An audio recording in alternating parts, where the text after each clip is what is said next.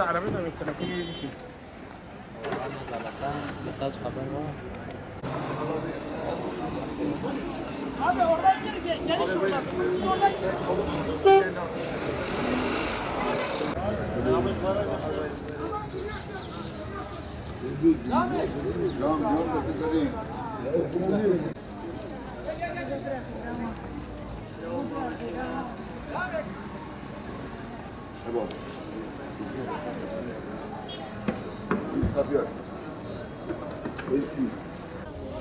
Peygamber Sevdaya platformuna üye derneklerden Yusufler olarak bugün buradayız.